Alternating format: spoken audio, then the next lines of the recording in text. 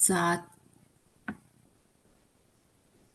тестийн ерөнхий дарааллаар явахаар жаахан түүхэн онцгой ингэж зөрчиж яваад байгаа учраас бүлгүүд нь юугаа түүхийнхээ ерөнхий үечлэлийн дагуу явъя гэж бодоод эзэнт гүрнээс эхлэх гэж байна. Тэгвэл ямар байна манайхаа? Тестийнхээ дарааллаар явсан зүг үү? Уул нэг түүхэн үйл явдлынхаа шугамыг ингээ ерөнхий баримжаал бол бас тогтохт чинь илүү сайн байх болов. Түүхэн үйл явдлуудаа дараалуулбал арай зүгээр байх болов гэж би бодоод байна л да. Гэж бодоод түүхэн үечлэлийнхээ үүднээс Монголын эзэнт гүрний үе рүү эхэлж ярих гэж байна. За ингээд бид нар урдлын хичээлээр ерөнхийдөө бол их Монгол улс байгуулад за түүний одоо байлдан дагуулын ихэнх шатыг ерөнхийдөө жоохон дурдс хийгээд ингээ үлдсэн байж байгаа те. За ингээд энэ Монголын одоо нуус товчонд хэлж байгаачлан наран унахуйгаас ургахгүй хүртэлх Монгол морин туурай хүрсэн газар болгон гэж хэлж байгаа. Энэ нь үндсэндээ нэг Евразийн бүс нутаг. Энийг хамарсан өргөн том улсыг байгуулад за ингээд Алтан ордны улс, Юан гүрэн, за Ил хаадын улс, Цагаатайн улс гэдэг дөрвөн том эзэмшил улсуудыг байгуулсан байж байгаа. Энийг бол Монголын хувь улсууд гэж хэлдэг. За ингээ энэ улсуудаа оруулаад бол Монголын эзэнт гүрний үе цэвэр одоо нөгөө Монголын зүүн Пакс Монголикаа хэрэгжүүлж исэн ийм ирэн үе гэж хэлж болох юм. За ингээд энэ одоо ижил мөрний сав, Каспийн тэнгисийн орчим одоо Европын гүндтэй байгуулсан Алтан ордны улс гэдэг ийм улс байгаа. За энэ улсын анхны нийслэл бол Сарайбат гэдэг нэртэй байжээ.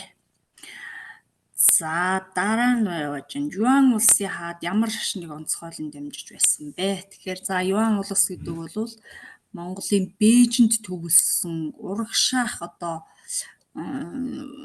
зүүн Аз хийгээд өмнөд Номхон далайн улс орнуудыг эзэмсэн ийм хүчрхэг том эзэнт улс байсан. Энэ улсын одоо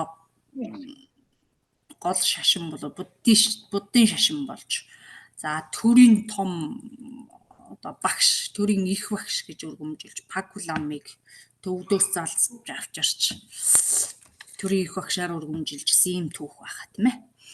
За 3 дугаарт гэж байна. Алтан ордны улсын гол нутаг хаагур байсан бэ. За түрүүнд дурдлаа ижил мөрний одоо адаг орчим. За ингээд одоо дорнд Европыг хамарсан ийм бүс нутгийг хамарсан одоогийн Орос орны бүхэлд нь эзэмсэн ийм улс байсан. За Монголын Алтан ордны улсыг хэн байгуулсан бэ? За энэ бол Зүчинхүү Бат байгуулсан байж байгаа.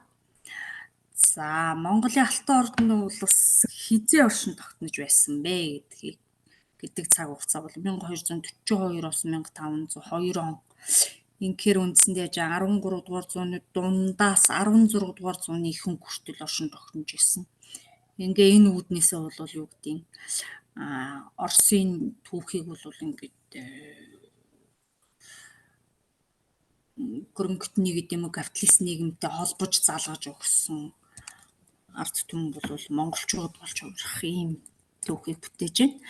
За Оросын мангууд Алтан ордны улсаас ямар хамааралтай байсан бэ гэхээр за харьяанд нь байгаад алба хувчуур төлдөг байсан гэж. За ингээд Оросын Монголын байлдан дагуул бол очихоос өмнө бол Орос олон фант улсууд байгаад хоорондоо өстө нэг манай аймаг ханилгуудын үеийн шиг орондоо унтах завгүй олзонлолтон тэмцэлдэж байсан ийм цаг үе байж. За ингээ Монголын байлдан дагуул очиж Алтан ордны улс байгуулагдсанаар бол Оросын олон вангууд анхудаа түүхэндээ нэгтгэж за ингээд өнөөдрийн одоо Орос Рус гэдэг том гүрэн улс сатныг бүтээж өгсөн ийм түүхийг Үгүй нөгөө түүхийн хичээл нь орж ирж байна. Багш нь орж ирж байна. Нарга ахад яваад. За. За. За. За. За Монголын Алтан ордны улсын айл хаан исламыг төрийн шашнаа болгосон бэ гэхээр за Узбек хаан гэж нь тий. За Узбек хааны үеэс бол одоо мохон шинжлэлт мөнгө зоосны бодлого явуулаад за тэгээ төрийн шашнаа бол исламын шашнаар зарлаад ингэсэн төв үйл явдал байгаа. За Монголын ил хаант улсыг хэн үндэслэн байгуулсан бэ? За энэ бол Хүлгүү гэж. За ингээ энэ Хүлгүү гэдэг хаан одоо Багдадын халифыг эзлэхээр мөн хаан дүүгээ илгээж ингэснээс хойшоо 1253 оноос эхлээд энэ улс оршин тогтнож ирсэн. Ийм учраас ил хаадын улсыг бол нөгөө талаар Хүлгүүгийн улс гэж хааных нь нэрээр хэлдэг ийм тохиолдол бас байгаа. За ингээ ил хаант улсын одоо төв бол өнөөгийн гол одоо нутаг дэвсгэр нь бол Ираны бус нутаг дээр төвлөрөн байгуулагдчихсэн. За тэгээд Ирак одоо газар дундын тэнгисийн орчин улсуудыг бол бүхэлд нь эзэглэсэн ийм том улс байсан. За ил хаадын улсын үеийн нийслэл хот байгаагүй хот нь бол эндээс Багдад байж байгаа. За Багдад бол наашаага юм төвтэй учраас нийслэлж байгаагүй.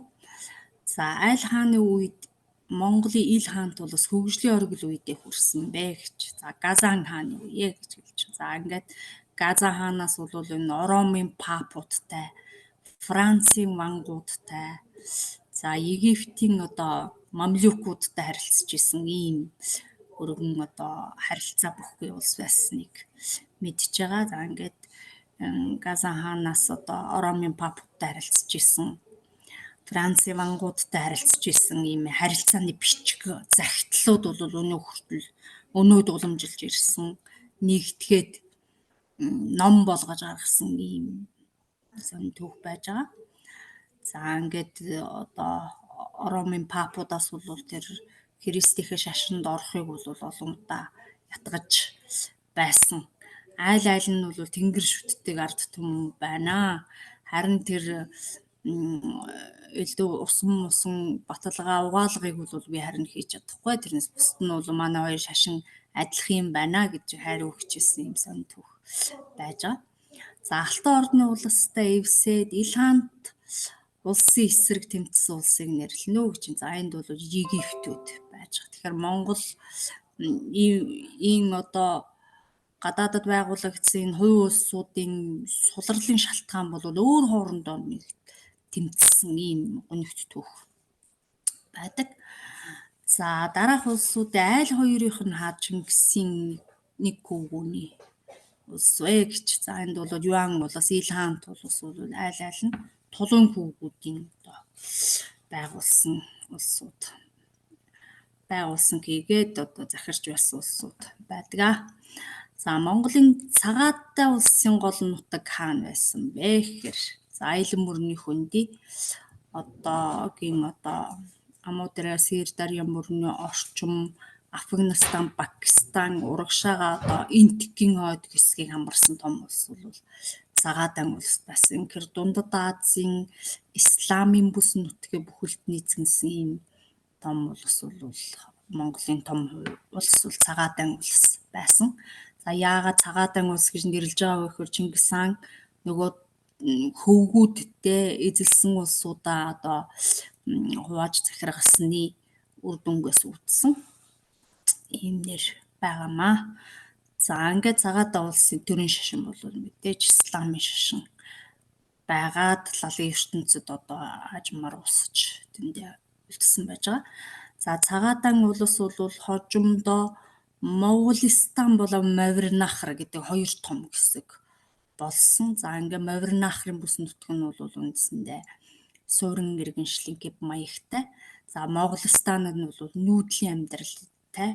Ингээд энэ энэтхэгийн одоо бүс нутагт байгаад Монголын бүгд найрамдах улс гэж оршсоор одоо Английн колони системд явж орсон ийм түүх байгаа. За цагаатаа улс шинжилэл хийсэн хам бол Quebec хам байна. За ингээд Quebec хам бол зоосон мөнгө зутгаад одоо эдийн засгийн шинжилэл хийсэн ийм хаан гэж үздэг. За төмөрийн улс гэж хэлж байгаа энэ улс бол бид нарын мэдэх доголон төмөрийг гэлж байгаа. За ингээд доголон төмөр бол мэдээ цагаатан улсын одоо залхамжлагчид. За ингээд доголон төмөр бол одоо Монголын Барлас овгийн хүн. За ингээд өрөөсөн хөлн доголон маш одоо байлдаанч Дундад Азийн улс орнуудыг олон норн одоо байлдан дагуулж хүний арга ясаар хэрэм бэхлэлт хүртэл байгуулж исэн гэдгээр юм алдартай дайны бурхан гэж үзэгддэг ийм Дошкон хаан байж байгаа. За энэ түүхийн сурвалжуудын аль нь монгол хэлээр зохиогдсон бэ гэдгийг бол бид нар мэднэ те. Монголын нус товчоо бол монгол их хэл бичгээрээ зохиогдсон байна.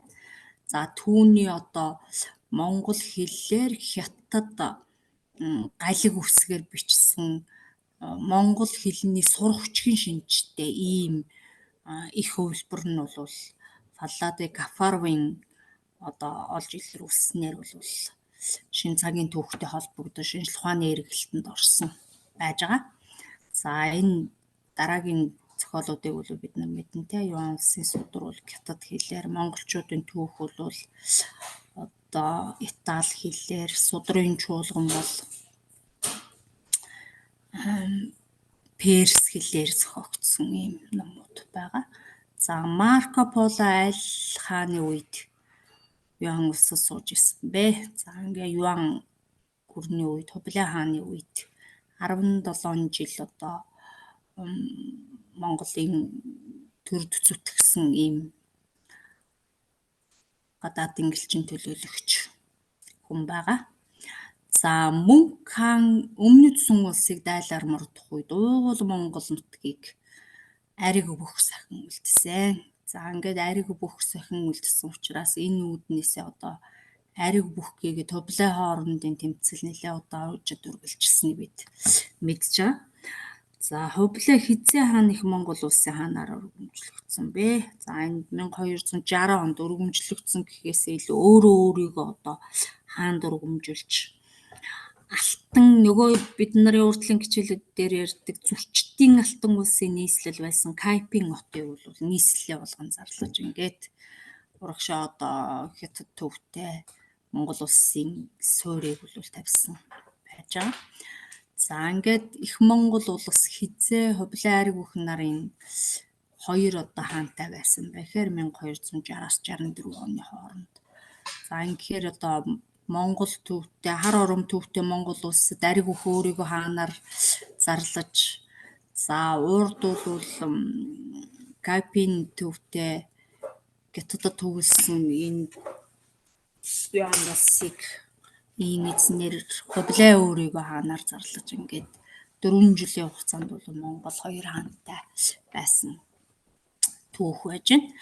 За Хубилай хаан хэдэн онд их Монгол улсад Дай Юан гэдэг нэр өгсөн бэ гэхээр 1271 он.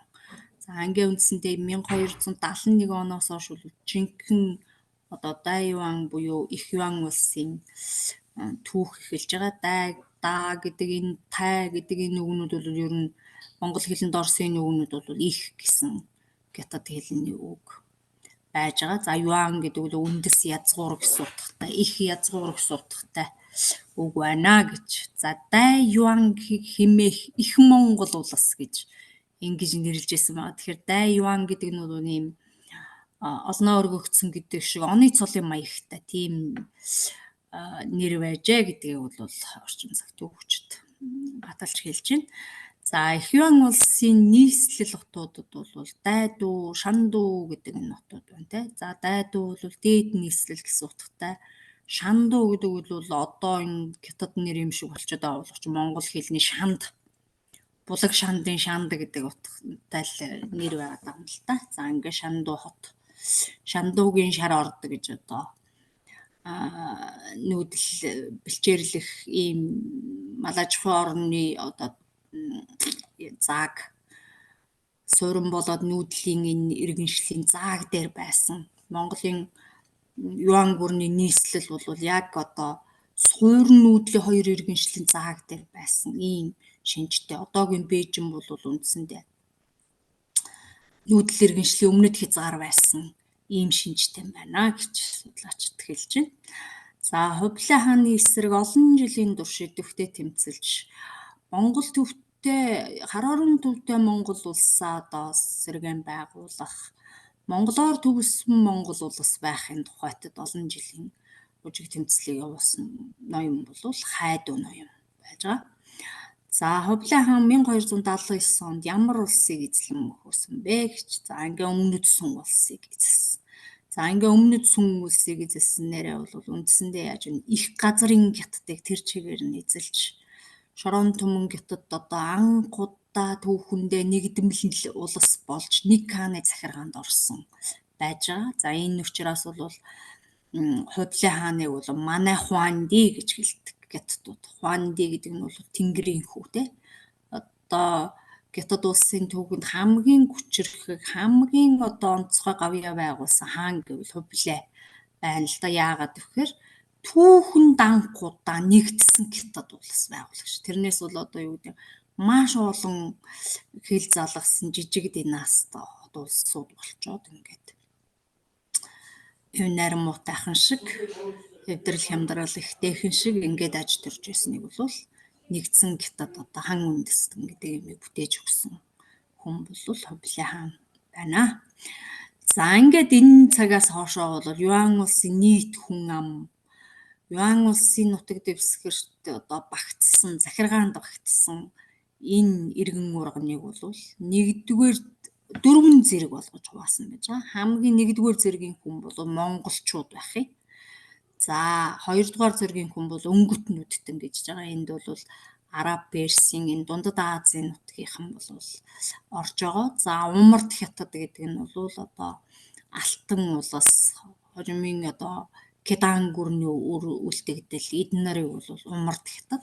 За өмнөд хятад буюу жинхэнэ их хятад буюу сүм улс те. Ингэж дөрөв зэрэглээд хамгийн хатуу засаг өмнөд хятадын буюу өмнөд сүмгийн жинхэнэ их хятадуудад үйлчлээд за хамгийн зөөлхөн хамгийн өндөр ихтэй дэрх бол монголчуудад оноогдож ирсэн ийм түүх байдаг. За ингээд Солонгос, Бирм, Вьетнам улсууд бол Монгол бол Юан улстай ямар харилцаатай байсан бэ гэхээр Юан улсын хараат шинжтэй байсан. За энэ одоо вассал улс гэж хэлж байдаг. Эзэн вассалын харилцаатай гэж хэлж байдаг. Ингээд өөрийнх нь нөлөөний хүрээнд багтааж шаардлагатай үед бол одоо татвар юм төлдөг те.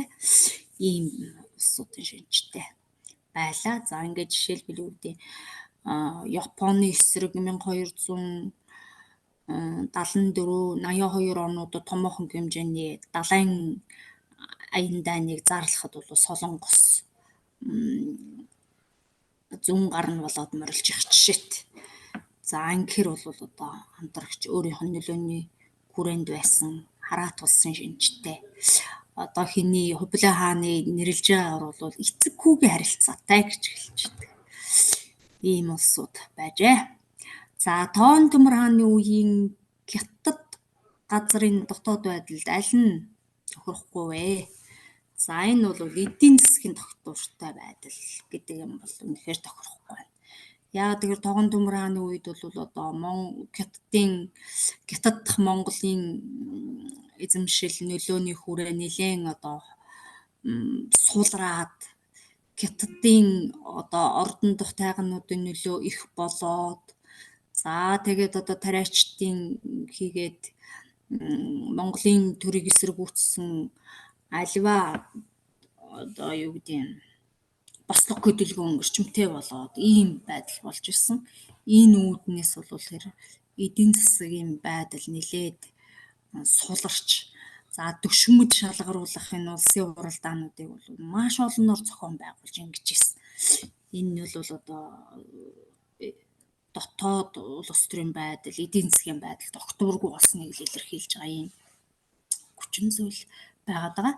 За ингээ энэ байдал бол даамжирсаар нөгөө дайдуу буюу одоо Бээжинтэй энэ их нийслэлээ бол 1368 онд Хятадын босгочдод алдаж, за дайдуугийн одоо нийслэлийн хааны ор дөрвөө бол гал төмөрт автаж, за ингээ нэг хідэн тэр хасаг тэрэг ном ачаад хатад эмэгтэйчүүдээ өөхөглөж аваад хайрын дайдуугаа орхиж хар хоромдоо уйлан хайлан ирсэн тухай Тогоон Тэвмэр хааны Гүмшлийн шүлэг гэдэг түүхэн одоо шүлэглэлт зохиол бидний үед уламжилсан байж байгаа. За Юан улсын үед дөрвөлжин бичгийг хизээхэн зохиосон бэ гэхээр бид нар дээр дурдсан нөгөө төрийн их багш гэж хэлж байгаа Төвдийн лам, Пагва ламын ламд одоо дурдтгсны учраас 1269 онд бол дөрвөлжин бичгийг зохиосон. За энэ бичиг бол одоо Хятадын лан зэвсэг Хятадын биш Төвдийн лан зэвсэг, Хятадын хан зэвсгийн дундаас нь ингээд гаргасан юм зураг бичгийн шинжтэй ийм шив шин бичиг зохион хэрэглэснээр бол монголчуудыг Хятадын их соёл түүхэнд автахгүй байх, за одоо хятадчихгүй байх, дээрэс нь Хятадуудыг Монголын соёл түүхийг үнзгий судалж мэдэхгүй байхад ийм заг хязгаар болж өгсөн оюун санааны том бодлого байсан гэж судлаачид үзчихдэг. За манайх ямар хөө байна ингээд сонсоо явахаар хурд нь яаж ийн, асуухаар юм гарч ийн үү, ойлгож чадж ийн үү? Асаа дайдуу хотыг хизээ хэлсэн бэлээ. Сайн анхаарч чадаагүй. Дайдуу хотыг одоо улсаа байгуулж явсан чинь бол үндсэндээ 1271 онтой бол давхцандлаа улсынхаа дээд нийслэл болгоод тэгээд яаж юм уу Дайван улс гэж өөрийгөө улсаа байгуулад ингэж байгаа. Энэ Хятадын босгочид Дайдуу хотыг эзэлсэн чинь 1368. За энэ 1368 он гэдэг чинь үндсэндээ яасан бэ гэвэл Юан гүрэн унссан он. Ингээд энэ 1368 онд юуны Юан гүрний сүүлчийн эзэн хаан Ухаанд цэцэн Тогоонд төмөр гэж байгаа энэ их хаан бол ордноо галд автуулаад ингээд Үхбатан зүхтаж гарсан. Ингээд хар хоромдоо ирсэн ийм түүхэн үйл явдал болж байгаа. Ингэсэн учраас одоо нөгөө Бээжинд одоо Монголын хамаг сан көмрөг номын сан тэр чигээрээ үлдсэн учраас ямар сайндаа Монголын нууц товчооны уг их бол Хятадаас гарч ирж байгаа хувьд тий. Тэгээ энэ номын сангийн сан көмрөг одоо Бээжинд биш Гонконгод байдаг юм байна л. Тайван энэ хоёр нөгөө Хятад Тайван хоёр их газрын болоод далайн Хятад болоо салахдаа Тайванууд чууд одоо хотын гэдэг юм хамаг түүх сан көмөргөө аваад дөрвөө гарцсан учраас Гоминданы засгийн газартай юунд Тайван шилжчихсэн ийм байж байгаа. За ингээд манай орчин цагт бол Монголын шөнө үеийн түүхчид Тайваны засгийн газартай холбоо тогтоогоод энэ хамтарсан түүхчлэг дээр бас нэлээд анхаарч ажиллаж байгаа ийм зүйл бас байгаа. За тийм байна. За өөр юу байна? Асуухаар юм. Гайгүй юу? Яваад ах уу? За хувлын эсрэг хайдуугийн тэмцлийн гол зорилго юу байсан бэ? За Монголын улс төрийн төвийг одоо Монгол газарт байлгахаа гэдэг ийм зорилго. За бид нар урт түрүүн сая ярьлаа те. Энэ монголоор хар хороомаараа төвлөсөн Монгол улсаа гэвээр нь хадгалж үлдэх гэж нэлээд тэмцсэн. Нэгэсэндээ одоо ариг өөхийн бодлого үйл ажиллагааг дэмжигчд бол энэ хайдуугийн тэмцлийн дор нэгдсэн гэж хэлж болно. За Юан улсын төрийн дээд байгууллага бол дотоод хүчгийн яам гэж хэлдэг. За ингээд энэ Монголын түүхэнд ер нь анх удаа энэ төрийн яам гэдэг ийм байгууллага байгуулагдсан цаг хугацаа бол Юан гүрэн Хятадд төвлөрсөн Монгол улсын үеэс ихтэй байдаг.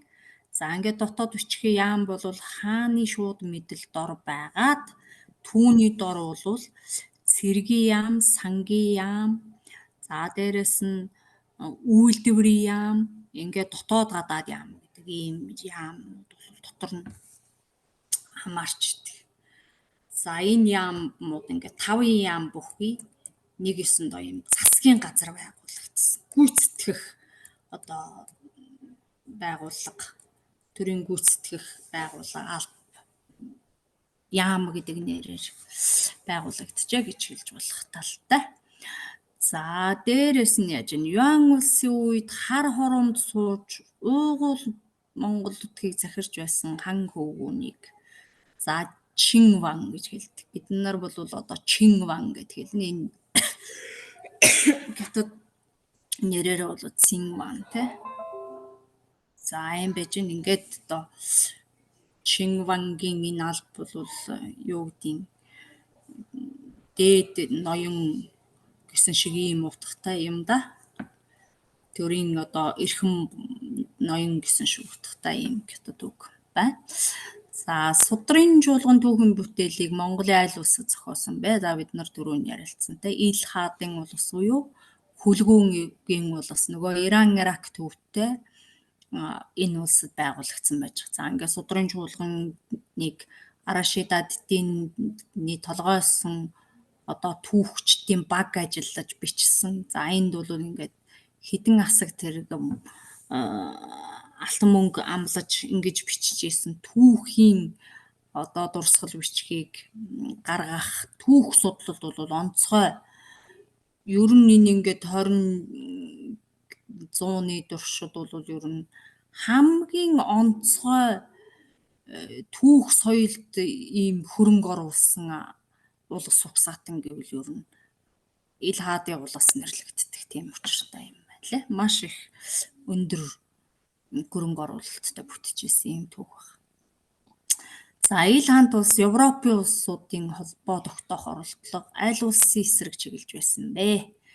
За бид нар түрүүн бас ярилцсан те Египтийн мамлюкууд бол одоо Монголын улсуудыг хооронд нь нэвтрэлцүүлж ингээд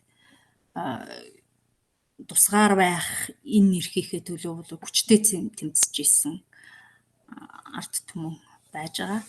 Инхээр яа бид нар одоо Монголын эзэмшлийг авч үзэх юм бол Евразийн бүс нутагт байж байгаа иргэншил бүхий ард түмнүүд тэр чигээрээ. За Номхон далайн гүнд байж байгаа одоо Бирм, Индонез, одоо Филиппин, Яв Суматрын арлууд. За тэгээ Солонгосын хойг Япон.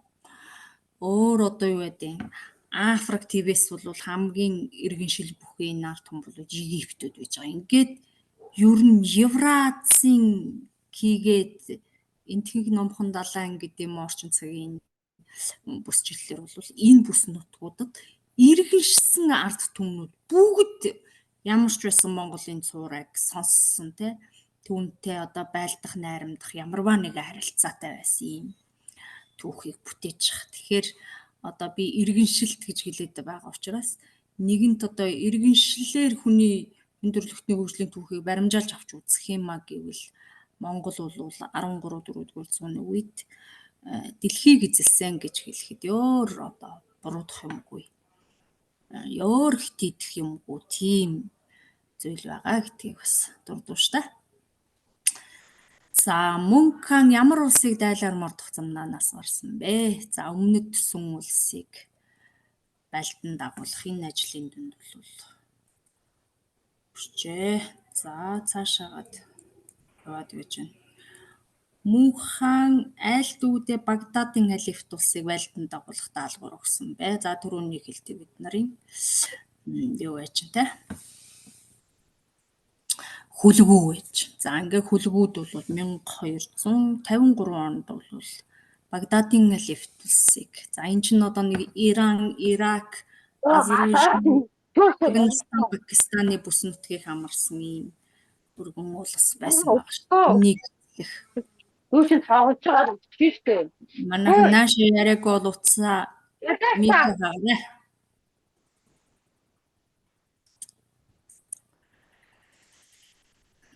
За тэгсэн байна.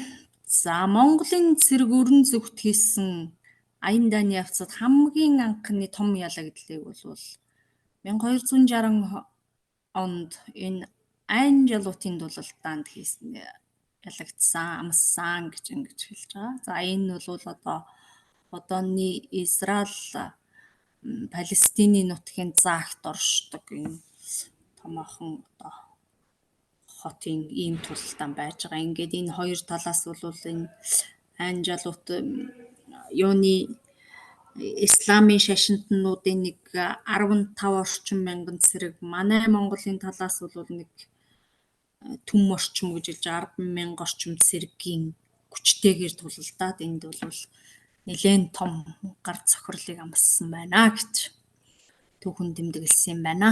За ариг үхийн Хобилетыг хийсэн тэмцлийн зорилго юунд оршиж байсан бэ? За энэ бол мэдээж ойлгомжтой те. Их хааны эрхэм мэдлийн төлөө одоо хаан хэн болох юм бэ?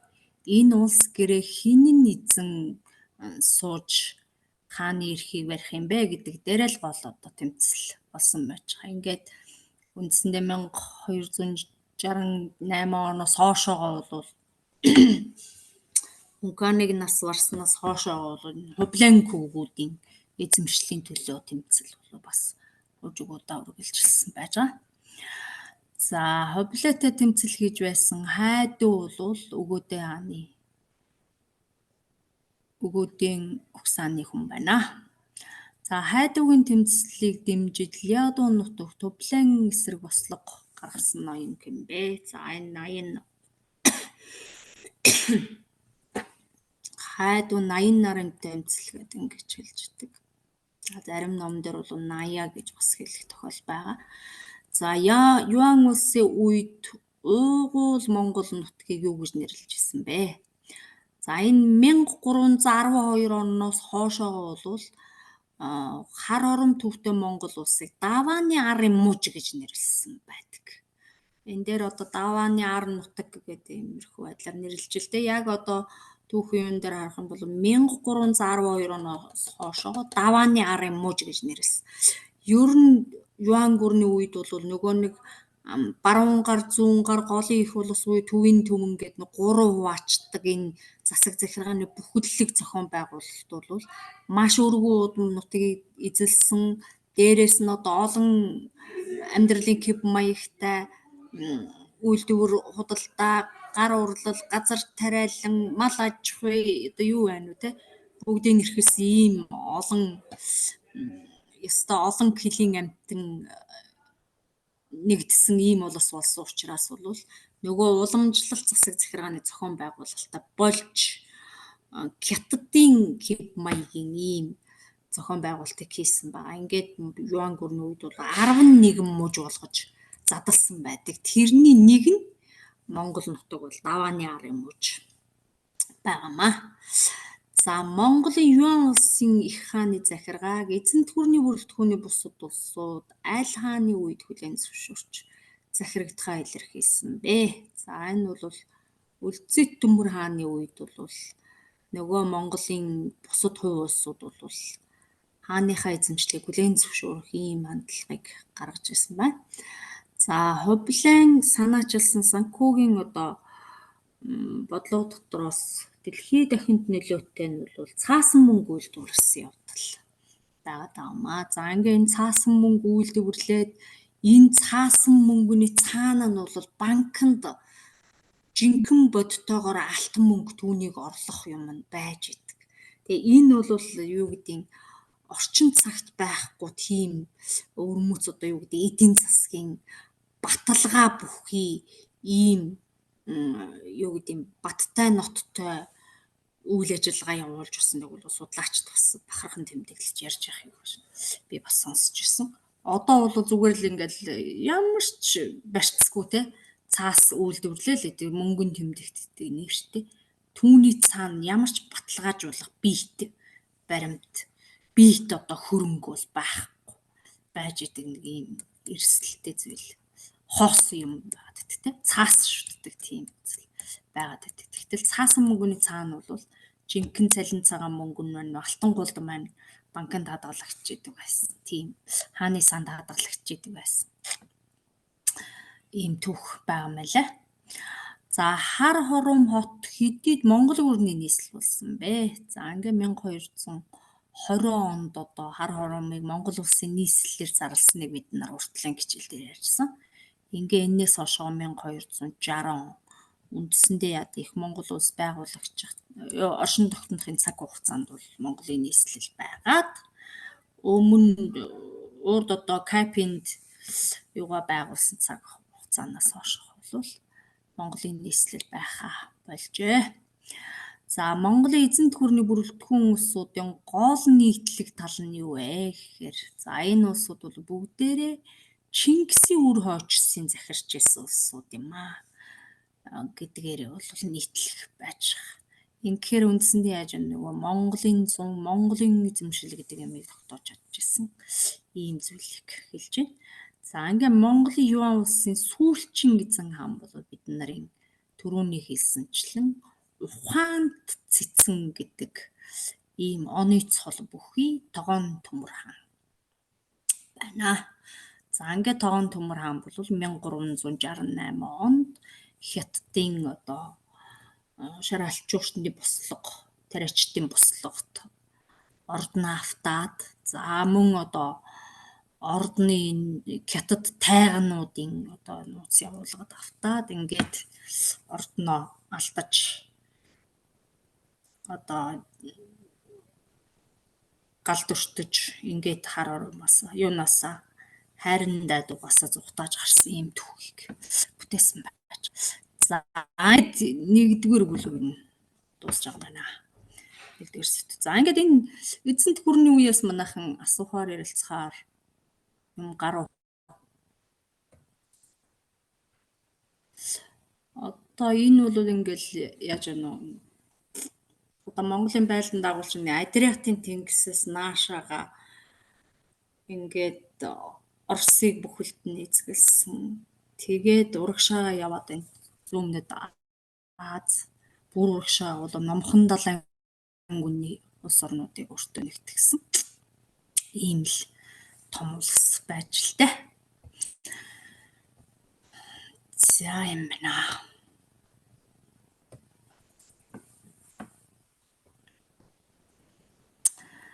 За ингүүл яг бид нар нэг түүхэн онцгийнхаа баримжаалаар ингээ нэг дараалсан юм шугамтай явах гээд байна.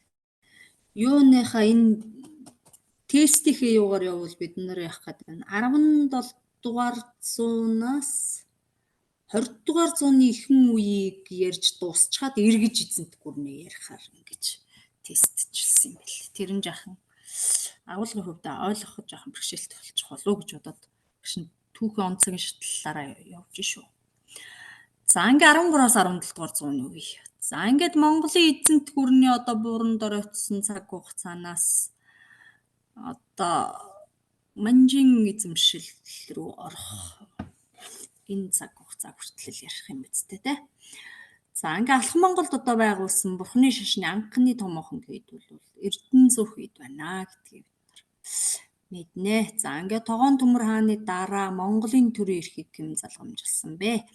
1368 онд Ухаанд цэцэн Тогоон Төмөр хаан хайрын дайдуугаа орхиж хар хоромд уйлан хайлан ирсэн.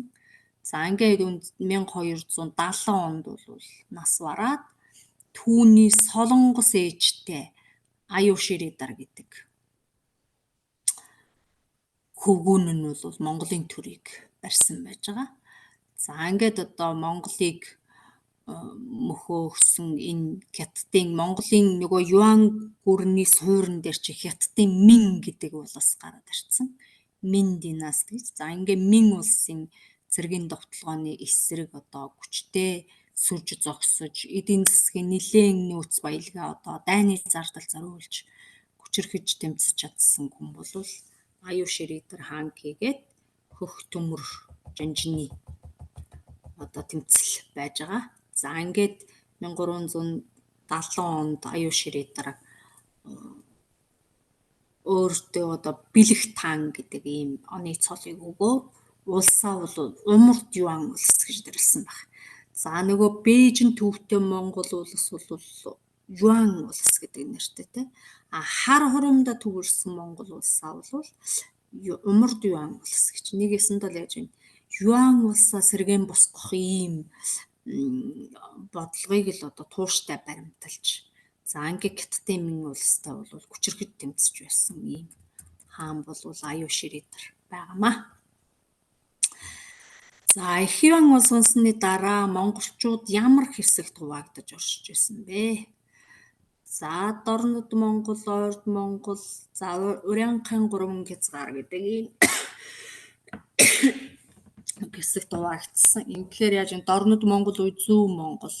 За Ойрд Монгол гэдэг чинь Баруун Монгол. Ингээд Баруун Зүү Монгол, Урянхайн 3 хязгаар гэж хэлж байгаа. Энэ бол үндсэндээ яаж юм Хятадын Мин улс хийгээд Дорнод Монголын зуур нутгаар оршдог ийм цөөн хэдэн одоо Урянхайнаар төвлөрсөн, Урянхай угсаатнаар төвлөрсөн ийм хязгаар гэж хэлээд байгаа манай одоо Хятад Монголын зуур нутагт нэгсэн одоо Килийн заагаар шиг оршиж исэн ийм хязгаараас бүрдэж байгаа. За ингээд энэ Урянхайн 3 хязгаар бол хамгийн түрүүнд нөгөө манж нарт одоо дагаар орсон энэ үйл явдлаас бол өмнөд өвөр Монгол дагаар орох ийм хөдөлгөөнд түлхэц үзүүлсэн муу тал бас байгаа. За Монголын зүүн баруун болж хуваагдахад ямар хааны үйл ажиллагаа орсон бэ гэж. За энэ бол Илбэг хаан гэдэг. За энэ Илбэг хаан бол 1493-аас 99 оны хооронд төрөв ярьж исэн гэдэг. За энэ хааны одоо гунигт түүх байгаа л та. Энэ хүн одоо юу гэдэг домогтой ихэр үлций тунгоо байж ин домог гэж Монголын түүхэнд гарсан одоо хамгийн гунигт хамгийн эмгэнэлт түүхэн зохиол юм а гэж авч үздэг ийм түүх. Энэ хүн шадран нөхдүүдтэйгээ өглөө одоо шинхэн орсон засан дээр өөрөөр анкигээ явж исэн. Туула буудаад унгаасан тэрний цус нь ингээ газар дээр тусцсан. Тэгээд нэг шин орсон цасан дээр шинхэн одоо амтны улаан цус тусцсан. Тэгээд тэрнийг харчаад ер нь энэ ертөнцийн дээр энэ цасан мэт цагаан царайтай цусан мэт улаан хацартай гоо юм гэж юу байдаг болов гэж асуусан. Байлгүй яах вэ гэж. Баруун Монголын ноён хуухай даа юу гэдэг хүн хажууд нь бараа болж явж байсан. Тэгж нэг хэн байна гэсэн. Танай дүү инх зөрөх тааны хатан байна. Ингээс аваад ир үзье гэж. Тэгээд нэрээ үзсгэлэнтэй болохоор нь аваад дүүгээ алаад ингээд хаан ширээнд суудсан. Ингээ хаан ширээнд суугаа байж атал нь нөгөө үлцэт гэдэг эмэгтэй л дээ хатан яаж яах вэ гэхээр хуухад аюугаас юугаа авахын тулд өшөөгөө авахын тулд нэг өдөр хаана эзгүй хооронд нь хуухад аюуг дуудаад за ингээд дуудаа хүрээд ирэхээр нь ар зарих өгч согтоогоод за арз гэдэг бол архийг нэрээд арзыг нэрээд хор зуулдаг юм учраас хор зуу гэсэн юм байна. Хор зуу гэж согтоож яваад ингээ нүүр амаа одоо самардаж усээс ихсэлгээд энэ намайг оролдлоо гэж хашгирч өгчихсэн. Өөрөө ус уугаад. Ингээ миний одоо муу нэрийг одоо их болгож хуухай юу нэрийг минь юу гэдэг үлээ? Бээжин нэрийг минь одоо тайхуу болгож баг нэрийг минь их болгож хатны суудал сууж өгсөн. Их ачиж хариулж байна гэж. Ингэж арих үг согтоож өөрөө ус сууж үлдээд. Ингээд их хаан нь хүрээд ирсэн эмэгтэй хүний өшөө хорслоо авах арга энэ юм да гэж ингэж хэлсэн. Тэгээд тэр хуухай дааюугийн одоо юуг нь зооных нь нарсыг хуулж ингэ сур болгож атанда авчирж өгсөн чинь энэ миний одоо өшөөгөө авах арга байсан юм а гэж хуйуулангийн одоо гарт улсан ийм хэрэг байсан. Ингээ энэ учраас бол тэр хуухай даюугийн хөвгүүнд нь баруун гарын улсыг тусгаарлаж одоо өгөөд ингээд энэ баруун зүүн Монгол бол үрд салах үндэсийг бол энэ элбэг нэг үсгэн хаан тавьсан байна гэж үзэж идэг юм учиртай. За ингээ 1454 оноос хоошоо бол Монголын хаадыг Баг хаан гэж нэрлэсэн. Баг хаадын үе гэж. За яагаад Баг хаан болж нэрлэгдэж байгаа юм бэ гэхээр бол Балчир настай хөвгүүд хаан ширээнд суусан байна. Бас дээрээс нь одоо маш олон хаан богино хугацаанд хаан ширээнд сууж ихэвчлэн орондоо алагдсан түүх байгаа юм байна. За дээрээс нь нөгөө баруун зүүн гэд хуваагдсаныхаа зөвхөн одоо зүүн гарын энэ улсыг нь эзэлсэн одоогийн халах Монголыг гэдэг юм уу эзэлсэн ийм хаад байгаа баруун Монгол эзэмшлээс гараа явцсан учраас ийм нэрийн учраас бол Бага хаадын улсаа гэж нэрлэж Бага хаадын үе гэж нэрлэж идэг юм учиртай. За 15-аас 17 дугаар зууны Монгол улсын төрийн Кямрал болоход нөлөөлсөн гол шалтгаан. За энэ хааны хүч суларч ноёдын бие даасан байдал бэхжсэн гэж. За энийг хэлж. За ер нь яаж нөхөр энэ нөгөө Чингис хаан гэгээ түүний дараагийн өв залгамжлагчид бол улстай онцгой гавьяа байгуулсан одоо төр цэргийн ноёд түшмөд тэр битгий хэл хатад эмэгтэйчүүдтэй хүртэл улсаа дархалсан сойрхлын бэлгийн ингээд үе үлрэн ухсаа залгамжлан захирах хэрэгтэйгээр улсууд хувааж өгсөн. Энэ үйл явдал бол хааны нэгдсэн хүч байхгүй. Энэ бие даасан эзэмшил нь ингээд одоо эдийн засгийн хувьд хүчтэй чадaltaй болоод улс төрийн хувьд хүчрхэгжээд гадагшаа магадгүй эдийн засгийн бусад харилцаа, гадаад харилцаа явуулах ийм чадамж бүхий бие даасан нэгдлүүд болж хувирсан учраас энэ улс төрийн бутрал гэдэг ийм түүхэн том үйл явдал, түүхэн үе ийм одоо үүсэж бүрэлдэх шалтгаан болсон байдаг. За энэ бол эцсийн бүлэгтээ хааны одоо хүч сулраад бие даасан томоохон эзэмшлүүд болоод өөр хоорондоо өвдөр тэмцсэн нь бол хожимдоо манжин захиргаанд орох үе таалгыг нээж өгсөн. Одоо бурангу мухай. Одоо болдгсон бол түүх застагсан бол тийм юм боловмооргүй байсан тийм цаг хугацаа бол улс төрийн бутрал үе л дээ. За Хятадын Мин улсын Монголын талаарх бодлогод аль нь хамаарахгүй вэ? За энэ бол ойлгомжтой. Монголчуудын хооронд ив түнжинтэй байлгахыг бол Хятад битгий хэл хойд хөршманч тэр түүхийн туршид одоо Монголыг ив найрамдалтай байхын эсрэг хандаж ямар нэгэн байдлаар нэг нь өөртөө татаж одоо нөгөөгийнх нь эсрэг тэмцүүлэх ийм бодлогыг бол баримталсаар ирсэн. За 44-2 гэдэг хэллэг ямар утгатай вэ? За энэ одоо дунд зууны улс төрийн бутралын үе манжин ихэн үед бол энэ 44-2 гэдэг энэ ойлголт бол нэлээд ам бүхтэй түүхэнд оршиж ирсэн. Энийг ямар утгатай вэ гэвэл зүүн буюу одоо халахын 40 түмэн баруун дөрөв буюу ойрд Монгол тий дөрвөн ойрд. Ингээд дөрвөн ойрд зүүн зүгийн 40 түмэн Монгол гэсэн ийм утгатай. А энийг бол 44-2 Монгол ойрдын гэд ингээ янз бүрээр хэлж идэг. Та хэд анзаарах юм бол нөгөө 44-2-ын их цааз Монгол ойрдын их цааз гэж ялгаатай хэлж идэг. Энэ хоёр бол ижил ойлгох. Зүүнний 40 Монгол барууны 4 түмэн ойрд гэсэн юм санаа юм шүү гэдгийг анзаараарай. За ингээд зүүн Монгол дотроо одоо баруун зүүн гар гэд хоёр хуваагдсан. Баруун Монголын дотроо баруун зүүн гар гэж хоёр хуваагдсан.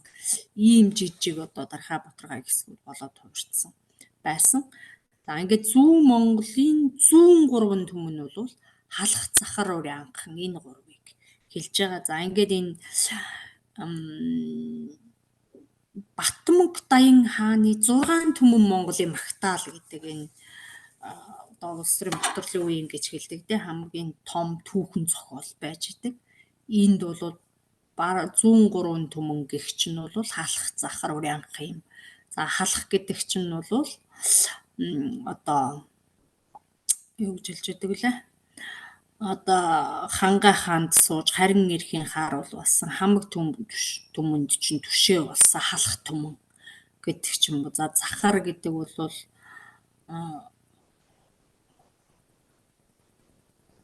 худгийн усыг гаргагч хулгар таргаар зулам хийгч захар түмэн. За урянхан түмэн гэдэг ингээд тус тусад нь нарийн сайхан шүлэглсэн ийм түүхэн зохиол байж идэг. За 103 түмний баруун 3 түмэнд нь бол ордос түмэд юм шүү. За энэ хэд орж идэг.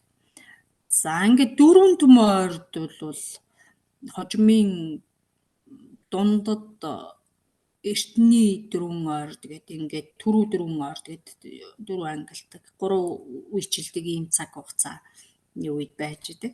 За ингээд 4 түмэн ойрд бол тэр хожимын дөрвөн ойрдод нь бол цорс дөрвөд хошууд хойд энэ дөрвөн аймаг голлож идэг. За ингээд энэ 4 түмэн ойрд гэж хэлдэг ийм байж байна.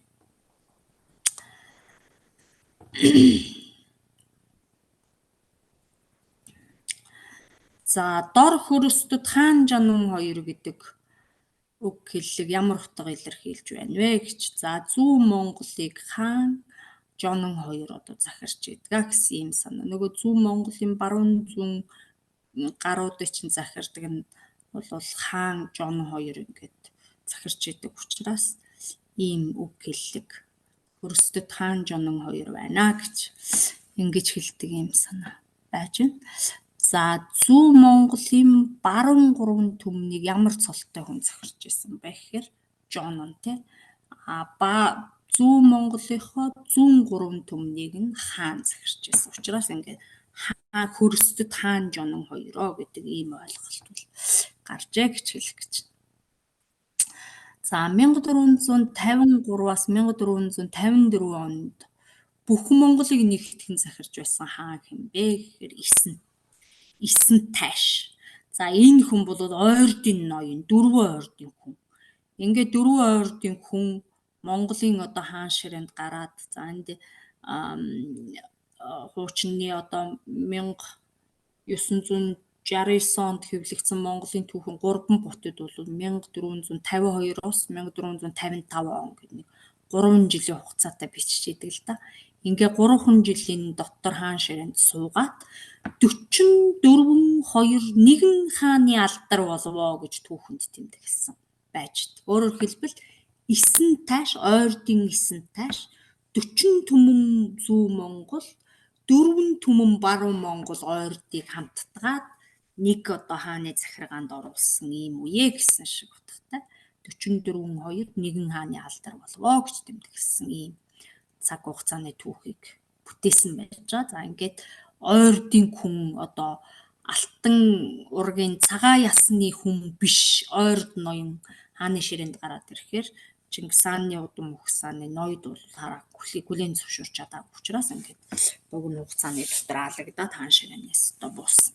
Ийм үйл явдал байгаа л да. Түүний аав Исэн тайшаа аав Тогоон тайш гэж хүн байдаг. Энэ хүн эзний 8 цомцгийг хашгиран дэлдэж их хаан болъё гэж их дур барьж эзний 8 цомцгийг хашгиран дэлдсэнд бол хамар амнаас нь цус олгодож өгвэ гэж луу алтанд авчид байж идэг. Тэгэхээр ер нь эндээс ажиглавал хааны бус угсаатай хүн хаан болно гэдэг ийм санаархал ер нь гарж байгаагүй. Хэрвээ гарвал одоо нухчин дарж исэн ийм юу гэдэг хаа угсааны үзэл суртал бол хүчтэй ноёлж исэн тийм зүйл байх шиг байгаамаа. За энэ Исэн тайш аль улсын хааныг 1449 онд олзлон авч хорж байсан бэ гэж. За энэ Хятадын Мин улсын эзэн хаан Инзун хаан гэж ийм хүнийг баривчилсан. За энэ бол энэ таагэд анзаарч байгаа 47 оноос хойшоогоо 47 онд хин нас бараад Эсэнгийн аав Тогоон тайш нас бараад 49 онд бол Хятадын Мин улстай түмэн зэрэгтэй байлдан дагуулж түүний бүслэлтэнд оруулаад арга буюу хааныг нь одоо баривчилж булааж авчирээ. Энэ хотныхоо хөлдөөсийг түүлэгжсэн ийм сонин түүхийг бүтээсэн байж. Энэ бол түүхэнд энэ дор байж Түмөөгийн хэрэг гэж нэрлэгдсэн. Ийм одоо айлын хааныг баривчлаад ордны 20 онд морионд байлгадаг түүх бол олон улсын түүхэнд бас байх шүү. Тэгтэл шууд авчираад ордондоо ч хороогүй шүү дээ. Айл гар минь отны бас хөлдөөс төв гэдэг нь бараг боолын хөдөлмөр эрхлүүлээ тий.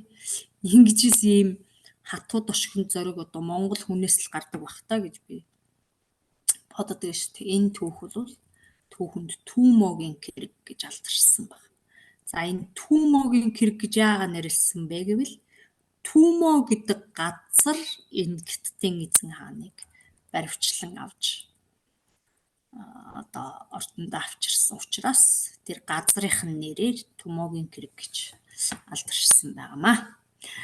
За 1452 онд ноёдын үхэл чуулганд нохойн үхэл ганда гэдэг нэг ийм үг хэлэг бол түүхэн сурвалж бичгүүд одоо усан данзны алтан довч арааш бунцгийн болор ирэх хэдэн зохиолуудад бол маш тодорхой тэмдэглэгдчихэд. Энэ яасан бэ гэхээр нөгөө нэг юунаас үүдэлтэй түрүүний Илбэг хаанаас үүдэлтэй энэ Агуржин жонныг бол хаан болгоно гэж өргөмжлөх энэ нэрийн дор олон ноёдыг цуглуулад ингээд энд одоо юу гэдэг вэ 33 өрөв отготон 44 өрөвлөгтөн 61 хуртныг одоо хядсан гэж. Энэ яасан бэ гэхээр бид нар юун дээр Мандхай цацаатны түүхэн дээр гарч ирдэг шүү дээ нөгөө нэг газар ухаж дээгүүр нь хивс дэвсэж байгаа. Тэгээд олон ноёныг унгааж байгаа дээрээсэн цавчиж алсан. Инхээр чинь 60-100 гаруй хүнийг нэг дор алдсан байгаа шүү дээ. Ингээд чуулган нийлээ. Одоо төрөөг хэн засах вэ гэдэг асуудлаа хэлэлцээ гэж ингэж жигаад олон ноёныг энэ чуулганд ирэхээр нь алсан ийм гонигт түүх бас бүтээгдсэн байж. Тэгэхээр энэ нөгөө улс төрийн бутарлын үеийн ингээд хоорондоо ив зангаагүй байсны л одоо атуу гонгийг энд илчилж байгаа юм л да тий. За тийм байж. За харц иргэн эзэн үгүй яахан юм уу гэдэг хэллэг юу хэлж байна вэ гэхээр эзэн харьяатын ёсны илэрэл юм аа. За энэ бол одоо яг л тийм аа ерөн дундад зууны үеийн гэдэг юм уу бид нарын нийгмийн эдийн засгийн формацийн түүхийн үүднээс нэрлэж занширснаар бол энэ хамжлагт ёсны харилцаа ингэж хэлж байдаг. Тэнд бол юу гэж хэлдэг гэхээр нөгөө Европын гэдэг нь суурин иргэншлийн түүхэнд бол тариачныг газарт хадна гэж хэлж байдаг. Тэгээ тариачингун газарт хадна гэдэг чи одоо юу гэсэн бэ вэ? Би нэг ийм газар дээр ажиллаад Жаргал сайхан гэдэг ноёны дор ажиллаж исэн юм аа. Гэвэл би Жаргал сайхны эзэмшилд одоо байхыг хүсэхгүй байна. Гарлаа болвол Дондог гэдэг ноёны дор л орохоос өөр ямар ч боломжгүй. Заавал ингээд одоо нэг ноёны харьяан дотор байх. Ингээд нөгөө нэг газар одоо юу гэдэг хин нэгэн хүний эзэмшил харьяалалд орсон энэ нийгмийн мөн чанарыг одоо Монголын түүхч гэсэн ингээд дотоод байдалд нь бол тодорхой харагдсан ийм үйл байгаад байна. За юу гэж вэ? Батмөнхийг Монголын хаанд хизээ өргөмжилсөн бэ? За 1480 онд Даян хаанаар өргөмжилсөн. За бид нар Батмөнх Даян хааны хаанд жишээнд өргөмжилсөн түүхийг бол мэднэ шүү дээ. 7 настай Балчир хөвгүнд 9 давхар улсалгаа хийж өндөр болгоод ингээд эсгийн ултаа Монгол хотол өмсгөж том залуу болгож байгаа. Батмөнх хин Мандхай цэцэн хатан одоо бие залгана гэж хэлээд байгаа юм да. Даян хааныг хаан ширээнд өргөмжилж өөрөө одоо их хатнаа болж ингэж түүхийг бүтээсэн байж байгаа. За ингээд 1480 оноос хоошоогоо 1517 он хүртэл хаан ширээнд суусан. Балчир хаанаас одоо их хаан болтлоо өргөж чадсан юм хүчрхэг хаан. За ингээ энэ бол Монголын түүхэнд нэг 5 үхэх таан гэж нэрлэгддэг хаад байдаг. Тэрний нэг нь бол Батмунх Даяан хаан байна. Үхэх таан гэж юу гэсэн үг байна манайхаа?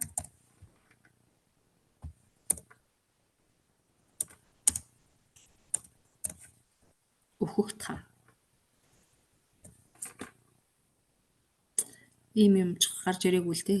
Гэхдээ сонирн байх болтугай гэж бодоод ярьж байна. Үхэх таан. Үхэх гэж юу гэсэн үг вэ?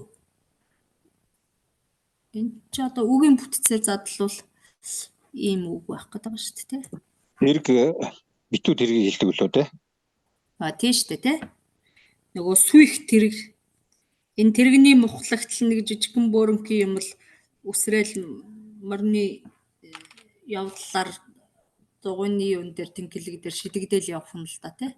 Ийм жижигхэн балчир хаадыг бол энэ үхэх таан, тэрэг таан ингэж нэрлэдэг.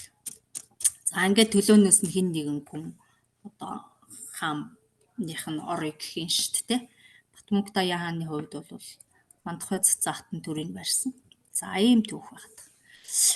За ингээд Батмунх Даяан хааны үеийг нөгөө нийт баруун зүүн Монголоо одоо баруун зүүн Монголоо буюу 44 хоёроо бүгдийг нь нөлөөний хүрээнд дахин нэг удаа оруулж чадсан. Хиний дараачаар те 9 тайшин дараачаар ийм учраас түүхэнд юу гэж нэг хэлээд байна вэ? Гар газар хөл хөсөр хаян жаргасан үе гэж хэлээд байна. За энэ ямар санаатай вэ гэвэл дотоодын дайн самун одоо зогссон.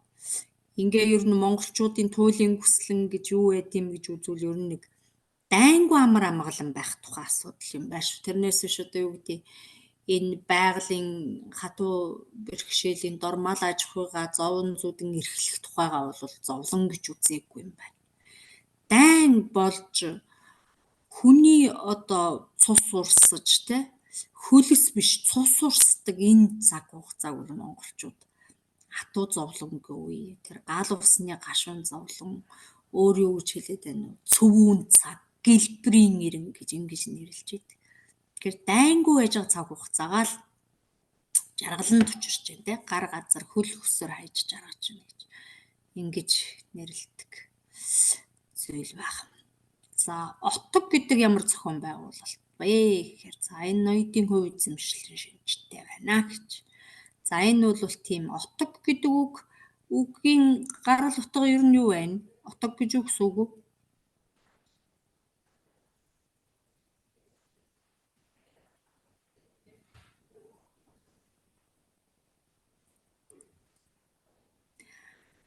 Отог гэдэг үг бол энэ гал голомт гэсэн шиг утгатай. Тэгэхээр одоо язгуур ухсааны энэ нөгөө овгийн байгууллал дээр суурилсан ийм эзэмшлийн шинжтэй. Тэгээд одоо монгол хэлэнд байж байгаа тэр отхон гэдэг хүний баг хүүхдийг нэрлэдэг нэр бол энэ галын эзэн гэсэн ийм санаа. Энэ од гэдэг чинь гал гэсэн утгатай үг байна. Тэгээд галын эзэн. Отог гэхээр одоо энэ олон галуудыг нэгтгсэн. Гээ төгсгөлттэй үгнүүд бол монгол хэлэнд отог, хэсэг, овог, бүлэг, аймаг ингээд нэг бүлэг гэсэн нэг ийм санаа байгаад байгаас манайхан тийм санаа байгаа шүү гэх ташир сонирхол дурдээ. За хошуу гэдэг бол мөн одоо ноёдын эзэмшлийн шинжтэй ийм зохион байгуулалт байна. За монгол бичиг одоо отгууд нь хошуунуудад хуваагддаг юм байна. За монгол бичиг үсгүүдийн зохиогчдыг нь хэлнэ. За Али Гали үсгийг бол Аюушгүйш зохиосон. За энэ ямар үсэг вэ гэвэл энэтхэгийн их шиг гийгүүлэгч тэмдэглэх үсгээ гэсэн утгатай. Энэ яасан бэ гэхээр нөгөө буддын ном Монголд нэвтрээд ирэхээр гадаад хэлний үг хэллэгийг одоо хэрхэн тэмдэглэх юм бэ гэдэгт монгол бичгийн үсэг дутагдсан учраас гадаад үсгүүдийг тэмдэглэх, үгүүдийг тэмдэглэх үсгүүдийг бий болгосон. Одоо К, П, Ф ч юм уу те өөр одоо юу гэдэг илхээ гэдэг лүмб гэхэд ордог илхээч байд юм уу? Энэ үсгүүдийг тэмдэглэх нэмэлт үсгүүдийг зохиож оруулсан байдаг. За ингээд энэ бол 1586 онд гэдэг баха. За тод үсгийг бол намхай жамц, ойрдын окторгын далай намхай жамц гэж хэлдэг. За энэ бол Монгол бичгийг ойрдын аман аялгаунд тааруулаад нөгөө ижил төстэй үсгнүүдийг дүрс ялгах ийм оролдлого хийсэн. Тийм учраас бол тод гэсэн утга санаатай байгаа юм. За соён бүсгийг бол зан вазраар 1698 он зохиосон гэдгийг бид мэднэ. За дээрэс нь яаж вэ? Вагиндрагийн үсгийг бол Агвандорж Буш зохиосон. За Вагиндра үсэг бол яаж вэ? Нөгөө тод үсэг ойр дам аялгаунд тохируулдаг шиг Вагиндра үсэг бол бурайд аман аялгаунд Монгол бичгийг тохируулах. Дээрээс нь одоо Кирилл Монгол бичгийн дундуур шиг, дээрээс нь доош нь хойноос нь урагш нь урдаас нь хойш нь бичих боломжтой. Хэвтээ босоо бичих боломжтой ийм бичиг. 1908 онд зохиогоод овоо хэдэн ном гарсан гэж бас хэлдэг юм аа. За дөрвөлжин бичгийг бол Агвалан зохиосон гэдгийг бид нар түрүү ярилцсан тийм ээ. За юм байж байна. За анги 17 дугаар зууны Монголын засаг захиргааны үндэс нь нэгж бол аймаг хамгийн том нэгж нь байгаа. Түүний дараа Оттогуудаас Оршуунууд салаад, Оршуунууд 40 хуваагдаад 40 нь 20-нд, 20 нь 10-нд, 10 нь хот айлт. За ингэж хуваагдахаар яасан байж байгаа. Хуучин бол яаж вэ? 10 зутан мянган дүмтэн гээд баруун зүүн гар гэдэг ингээд 3 бүхэллэг нэгж байснаа. Юан гүрний үед одоо 11 мууж болоо. Мууч нь одоо фүүн, жоун одоо сян нь гацаа тосгононд ингээ хуваагддаг захиргааны нэгж болцсон байж байгаа. За ингээд энэ бол 40-20 яг л иймэрэл л дээ. Энэ ингээ ерөнхийдөө нэг зэргийн насны 90 тоонд түшгэлсэн шиг ийм нэгжүүд байна. За 15 дугаар зуунд Монголд бурхны шашны 25 юм шиг нэ. 25 нэг ингээд нөгөө яг яагаад ясна таахгүй гэсэн байхгүй. За айлын галийн үсэг аюушгүй үш гэхээр нэг юм бэ. Тод үсэг 2-ын А намхай жамц. 3 соён бүсгийн чинь үү? Зан вазар 3-ын И. Энэ яаж нэ? Энэ юу буруу юм биш үү? Аан зөв гэж үзвэл Харин тийм байна. Энэнийг анзаараагүй л буруу л үлдээсэн байна да. Та энэ гэхдээ би нэг оюутнаар хуулуулаа бичүүлсэн чинь буруу шүтсэн байж. Энэ нь яг ингээд А дээр ингээ байна уу? Та номноос харсан мөн нөгөө нэг үндсэн юунаас аллөх наадах жарах юм. Энд чинь бид нар юу гэдэг тест үлээ? ер нь бол яа юм.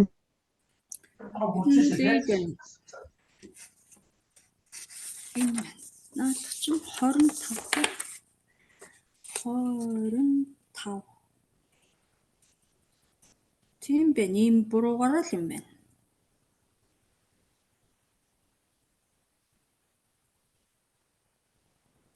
Тийм байна шүү. Ер нь гээл ойлгочихъя. Одоо ийгээд ойлгочоор буруу болчихвол уул нь жинхнээсээ гэвэл буруу юм байна л та уул нь. Яга юу юм бэ? Яа хоёр солигдсон юм байна. C2 солигдсон байна уу? Тийм байна. Тийм байна шүү. Тэрний чинь бид доорхыг анзаарахгүй л дээр нь ярьжсэн байна шүү. Энэ бас буруу юмд орох нь. Энийг би бодоогүй юм байна. За төмөдийн алтан ам бол будын шишнийг дэлгэрүүлэх үйлсэд онцгой хувь нэмэр оруулсан гэж хэлж байгаамаа. За төвдийн лам Содном жамцад Далай лам гэдэг цолыг бол Төмөдийн Алтан хаан өгсөн байгаа. За ингээд одоо 17 дугаар Далай лам Ахтрагын юу лээ? Дээрхийн гигантний чинь бол монголчууд энэ цолыг өгсөн байгаамаа.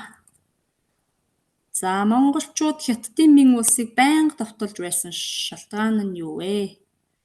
Худалдаа арилжаа хийхгүй хааж боогод байсан учраас. За ингээ ер нь нэг юм байгаа шүү манайхаа.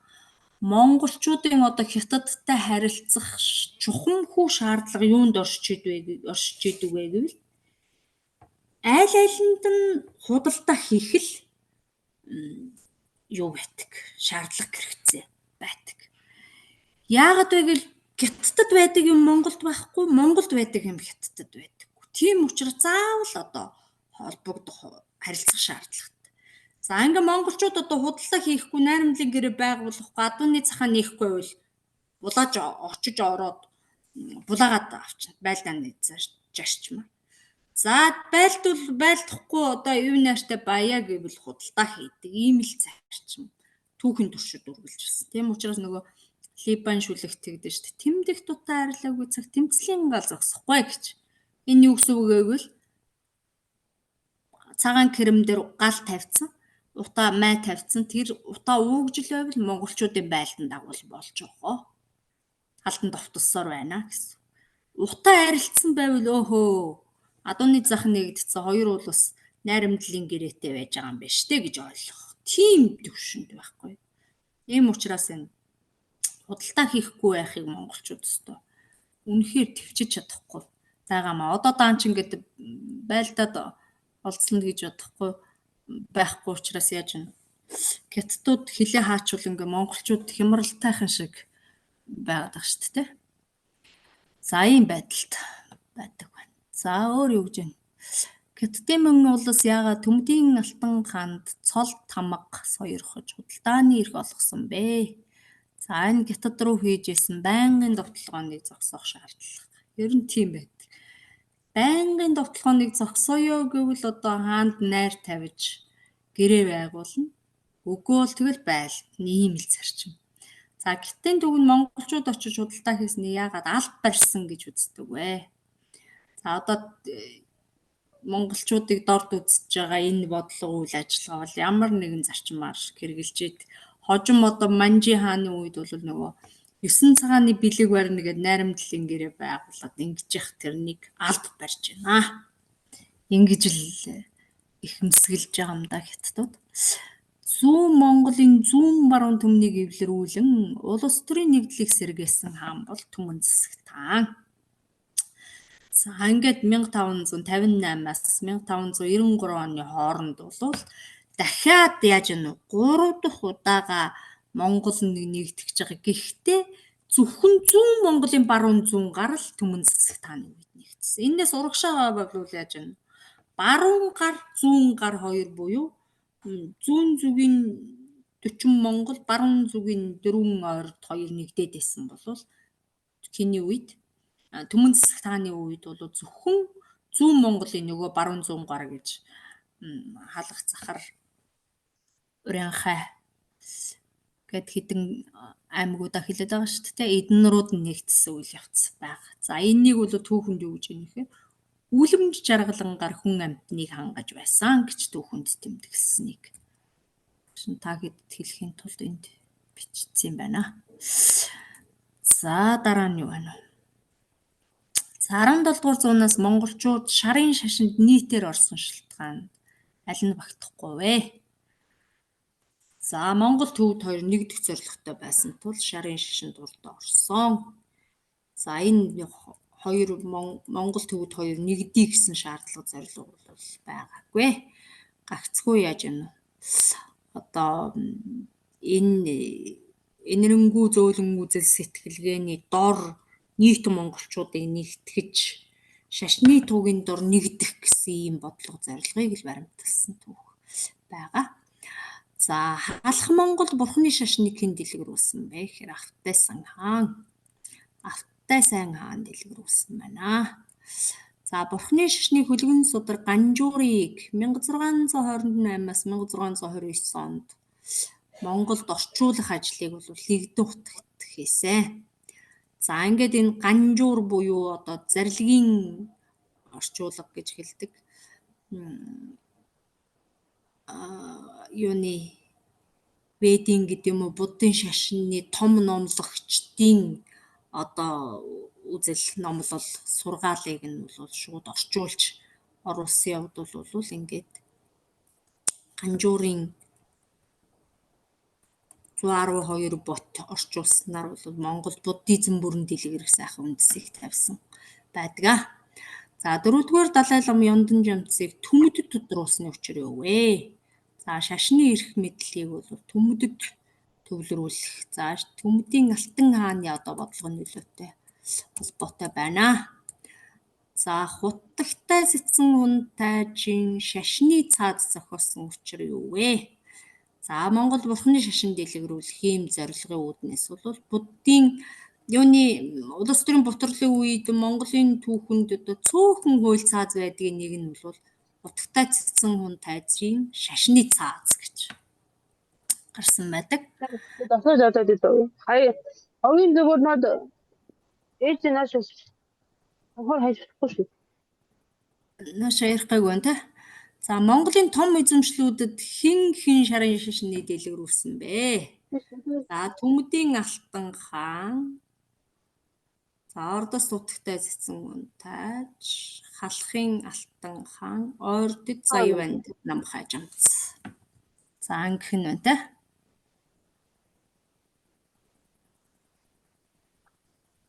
Төмөдийн Алтан хаан, Ордын Заявандад Намхай жамц. Ингээд нөлөө өгөхийг гол юунуудыг доогод очих хэрэгтэй. За болчихно. За 4 зүйлийн хуврагуудыг аян авд үл татан албан гурчуургүй болгож тогтоосны учир юу вэ? За шарын шашныг хүүлэн дэмжих бодлоготой холбоотой. За ингээд энэ одоо манж улс төрийн бутарлын үед бол буддын шашныг нэлээд дээрчилж, за бөөгийн шашныг нэлээд одоо хавчих ийм шинжтэй бодлогууд гаргаж ирсэн байдаг. Тэгжиж буддын шашныг түгээмэл дэлгэрүүлснээрээ бол Монголын дотоод ивэ нэгдлийг хангана гэдэг ийм бодлого зорилт бол Монголын хаадад байсан байна. За шарын шашны Монголын нийгэмд хүрсэн сөрөг нөлөөнд аль нь хамаарахгүй вэ? За олон замнаар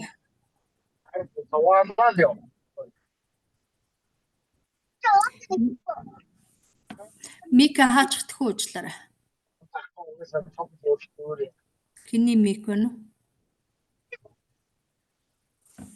Зэрэгцэж ирээд хааж авах юм тийм ээ.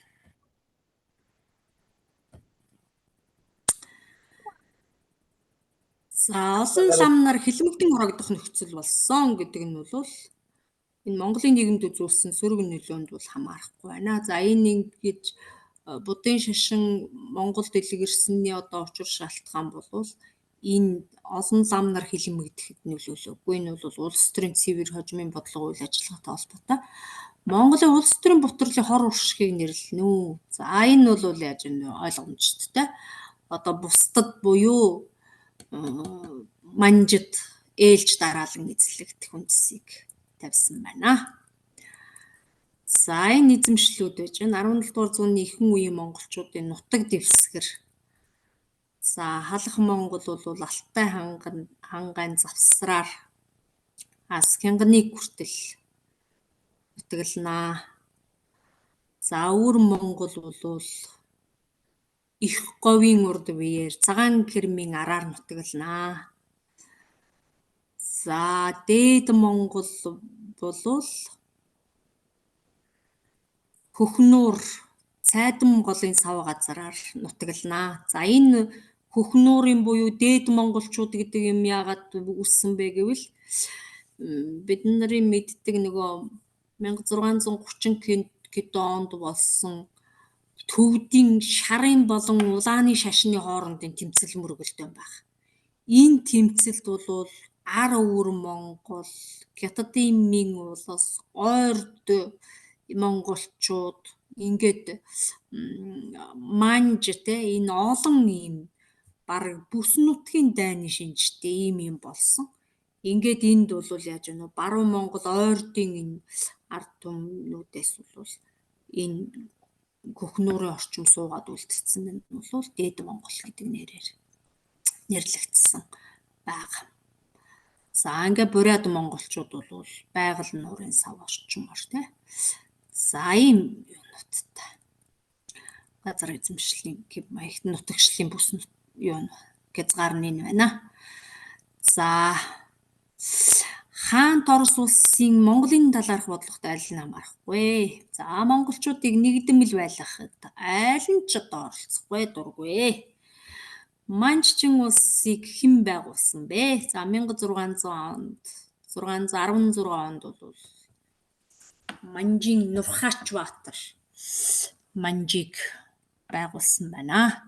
За Манжийн дөрөөс Өвөр Монголын ноёдод цол шагнах, худургийн холбоо тогтоох зэргээр өөртөө нэгтгэж байсан бодлогыг иээр татах бодлого гэж нэрлэнэ. За ингээд ив найрамдалтай байх бодлогыг нь бол иээр татах бодлогоо гэж хэлж байгаа. За Манжийн эсрэг тэмцэл Лэгдэн хаанд онцгой хүчин авсарч тусалж байсан хүн бол одоо цоохор цогт гэж нэрлэгддэг цогтун тайж байна. Бид нар цогт тайж киноноос маш тодорхой мэдэнтэй. За Лэгдэн хаан 1634 онд цэцэг өвчний улмаас Хөхнүүрийн талд бол бурхан болжээ. За Өвөр Монгол Манжил эзлэгдэх болсон шалтгаан нь бол Өвөр Монголын цөөнгүү ноёд Манжид ургаж орсон. Түрүүний хэлдэг нөгөө Урянхайн 3 хязгаараас ахгуулаад олон ноёд бол Манжид дагаар орсон. Ингээд хүчгүүдсэн явдал бол Манжийн хоол болоход хүргэжээ. За 1636 онд Өвөр Монголын ноёдын чуулган хаан хэнийг Монголын хаанд өргөмжилсөн бэ? За ингээд 1634 онд Лэгдэн утагтаан цэцэг өвчний улмаас нас барсан учраас Хөхнүүрт нас барсан учраас Өвөр Монгол бол өөрийн эзэмшилгүй болоод за энэ учраас бол Манжид дагаар ороод за үүнийг бол Мөгдөн хотод Абхай хаан баяртайгаар одоо 8 тугийн цэргээ жагсааж их баяр найрыг үүсгэж ингээд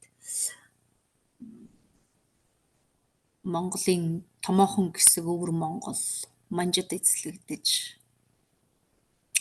7 чуулган байсныг нь бол 36 чуулган болгож олон хэсэг гიშгчүүд ингээд өөрийнхөө нэгдэлд оруулсан ийм түүх байна. За ингээд хоёр хэсгээ бид нар яриад үрч байгаа юм байна. За одоо асуухаар ярилцахаар юм юу вэ?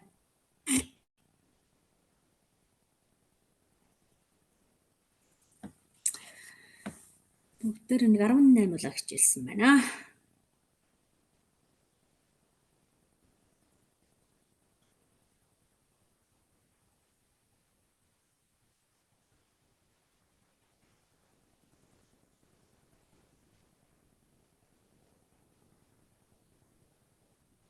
Асуух зүйл байна уу? Улсын байдлыг Байхгүй бол ингээд хичээлээ өндөрлж болох нэ.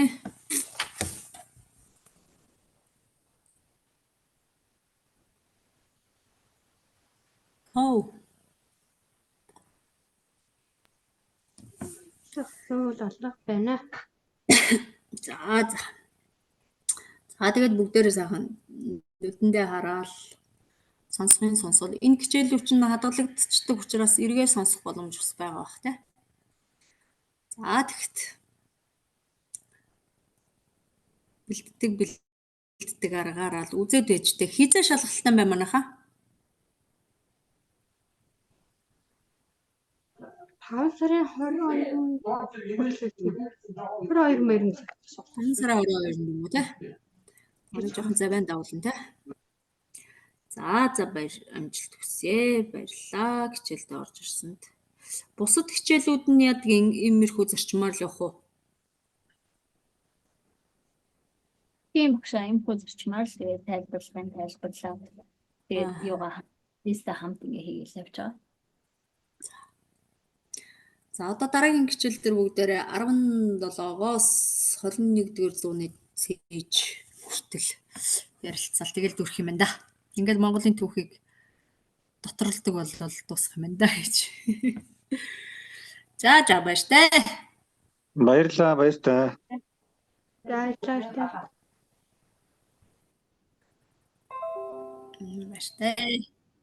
Баяртай. За сайхан амарцгаарай.